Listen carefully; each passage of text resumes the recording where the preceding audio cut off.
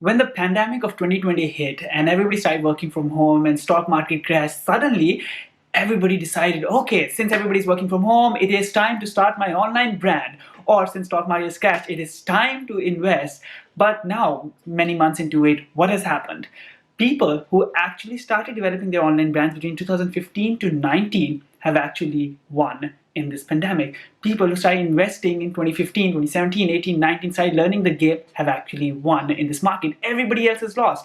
Why is that? Because it takes 1 to 2 years to even get good enough at any major game to have some form of success. And most people don't know that, so they're always taking reactive decisions. They're always following what is happening and hence reacting to that, instead of taking predictive decisions. So predictive decision is when you think of what the world is going to be 2 to 3 years from now on and position yourself for that world. So instead of actually trying to benefit most from 2020, if you today position yourself thinking, what would be some of the major human trends and technologies and whatever in 2022, 2023, and start working on that, I am telling you for sure, you'll be the one winner in 2022, 2023, while everybody else, 99% of the people, will be taking reactive decisions in 2022, 2023. I hope this video helps you to be that one person who stop thinking reactively and start thinking predictively.